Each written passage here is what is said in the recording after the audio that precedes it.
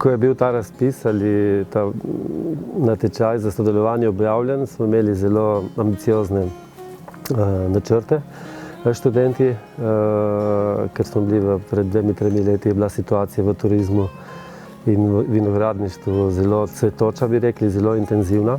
Štipendija štipendijskega sklada UP, ki sem jo prejemala z naslova Vinogradniška kmetija Rodica, mi je olajšala oziroma pomagala živeti v študijskem kraju v Kopru.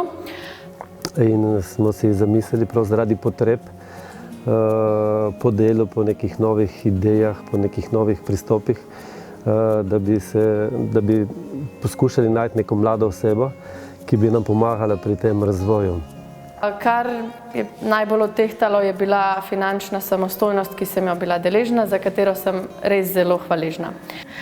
Štipenditorjem, gospodom Marinkom Rodica, v prihodnjih mesecih načrtujeva tudi praktično delo oziroma usposabljanje, katerega se zelo veselim. Pričakujemo, da se bo v prihodnje ta situacija umirila in da se bojo vrnili stari časi. In bomo nastavili skupaj to sodelovanje in poskušali uresničiti ideje, katere smo imeli na začetku.